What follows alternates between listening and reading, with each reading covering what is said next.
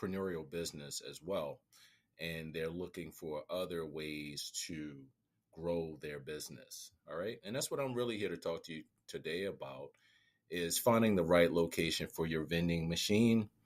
And this is a question that comes up a lot. People want to know about locations, because without the right location, it's going to be virtually impossible to make money.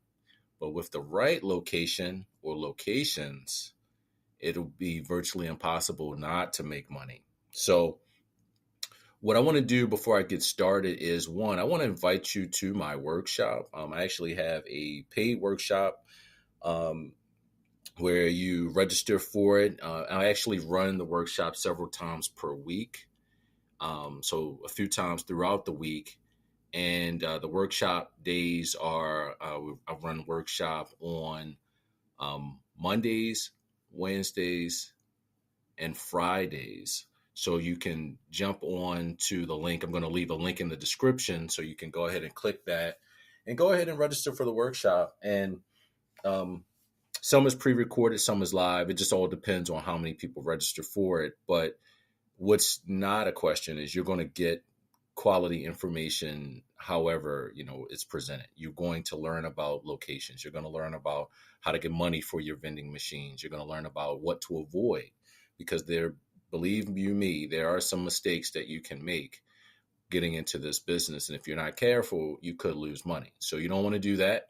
So I will teach you what you need in order to make money right out of the gate. All right. So again, I have left a link in the description for my workshop. And if you have any issues clicking on the link, it's over on Eventbrite. Just look for my name, Dean Johnson, and you can look for vending machines. I think there's several workshops over there, but none like mine. So that's what I would say to you, and definitely go and check it out. All right. So now that we have that out of the way, let's talk about these locations, right? Finding the right location and being able to cash flow your business right out of the gate. So just like in real estate, the vending machine business is all about location, location, location. And people ask me all the time, can I get a machine first, or should I get the location first? What should I do? The best way to go about doing this is to get the location first. All right. So the cat's out of the bag, get the location first. Why? When you get the location first, what you're going to do is you're going to take 90% of the workload off the table right out of the rip. My first location was in a hospital. And before I even had the machine, because I was starting to look at machines, but before I even had the machine, I met with one of the facilities directors at the local hospital, and I talked to him. I let him know, hey, I have a smart vending machine. You can offer your nurses and doctors and administrative staff, you can offer them some healthy vending options like salads and fruit drinks, and just give them more healthier options, not just sodas and candy bars and so on. And they fell in love with it. They loved the idea about it. They thought about it. It took them maybe a few days to consider my offer. Then within a few days, they were saying, you have the green light. You can bring it in. Next thing I knew, I was calling the folks that I bought the machine through and going ahead and coordinating everything. So had I done it the other way, right? If I would have done it where I bought the machine first without having the location, then what would have happened was I would have had to then find a place to store the machine. I would have had to start paying for storage. And believe it or not, some of these distributors, when you purchase your machine, they won't deliver it to you. Let's say if you have a garage or you could put it in your house somewhere, they won't deliver it to you, right? So they won't deliver to a residence. They'll only deliver to a commercial location. So if they have to deliver to a residence, they'll charge you all types of fees in order to do that. So you don't want to be paying fees and you haven't made any money yet. That's not really smart, especially when you just bought a machine. So you want to steer clear of that. All right. So I would absolutely recommend that you get your location first. So the next question should be, well, what type of location? that is really up to you. I talked to a lady about a month ago who was starting the vending machine business, and she was down in, I believe, Orlando, Florida, and she called me. She actually had heard my podcast, and she asked me if she could get on the phone with me, and we did. I took her call and we started talking, and she explained to me that she was beginning to reach out to gyms, all right, local gyms down in the Orlando, Florida area about her vending machine service. And almost immediately, they wanted her to take on a contract and to be able to put machines in 20 plus locations, right? So you might have an issue like that. I haven't experienced an issue like that. My machines are mainly in small offices, but this business can scale, meaning that it can grow pretty quickly if you have the right location. So I told her, I said, well, hey, why don't you meet with the directors of this gym and maybe do a test run? Maybe you only put machines in one or two offices just to kind of get a feel for their business, and they can get a feel for what the types of items that you want. That they want in the machine. And then you make sure that it's a good marriage, right? And then if it's a good marriage, then you go back to the drawing board, you get more funding, and then you get more machines. Um, in fact, I actually teach you in my training how to get funding for your machine. That's part of the training if you go ahead and register for it over on Eventbrite. Again, there's a link in the description for that. So really, she can just rinse and repeat. Like I said, the way that I like to do business is, and I believe for most things, this is a smart way to do things, is you don't want to go all in, right? You don't want to put all your chips on the table day one. What I would do in this case, where she has the opportunity to put her machines in multiple locations, what I recommend you doing, if you have the situation, just like I recommended to her, is just test in one or two locations, meet with the decision makers, and explain to them, like, say, hey, look, I'm honored that you want me to come right in and just take over. But before we do that, let's just go through a test period, maybe a 1 month, where I put my machine in one or two locations and I stock the machines. And during that month, I can look at sales. You can look at the way that I conduct business with your customers. I can see what items your customers want. I can make sure that my machine is stocked with those items, and you just go from there.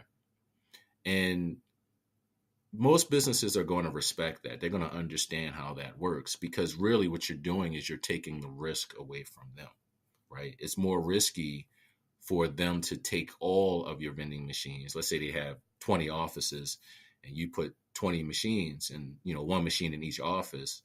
Well, they're going to take a large risk, because if it doesn't work out, then they're going to say, oh, this person was not so good, we got to get rid of her. Whereas if you do it for just one or two businesses, they can get a feel for your business, where you are, how you do business, and you get a feel for them too. Because that's the other thing. You don't want to go out and spend a lot of money up front only to then have to remove all those machines. This is how businesses fail very quickly. So my recommendation would be to start small, test, and then scale, right? So once you start to ramp up, then you can buy more machines. Again, if you're interested in how to get funding for your machine, register for my workshop over on Eventbrite, and I will happily walk you through that process. Happily. All right. So the other part of what I was just saying is also stocking your machines. And that's not really part of this podcast, but I'll still throw it in here because I believe in delivering a lot of value. So listen to your customers. They will tell you what they want in the machine, and try to match up what you provide to what they want. This is an easy way to make sure that your customers are happy and that you're going to make sales around the clock. All right. So just wanted to throw that in there, but listen, and check in with your customers to make sure that you are stocking your machine with what they want, not what you want. Okay. So another location. So hospitals, gyms are great. If you can get in with a local gym or smaller gym, and you don't have to think large. It doesn't have to be like Gold's. It could be a small gym. It could be a gym owned with like one or two owners, and you just go in and you talk to them about your business, right? So again, you don't want to start out too large, but you want to have some weight. Hospitals is another great location you can talk to. They have 24-hour staff. They usually have rotations for their staff members, and if your prices can be less than, if you can set your prices less than whatever their cafe charges for the same items or similar items, people are they're automatically going to come to your machine because you're priced to beat them. All right, so you definitely want to consider that. Uh, Rental offices, real estate offices, where they have you might have a property manager on site, or there might be several realtors and so on in an office. That's another great place to have um, your vending machines. If it's an apartment complex or a place where people come and there's tours, that's another great location for your vending machine. There's so many schools. If you were to get in with a school, I highly recommend a high school, because high schools tend to have so many different events all throughout the year. They have football games, they have basketball games, they have wrestling matches, they have track meets, they have volleyball games, and so on, baseball games. And these things go around the season all year round. And in the summertime, they even have, for like sports like football, there's 7-on-7 tournaments, there's wrestling camps.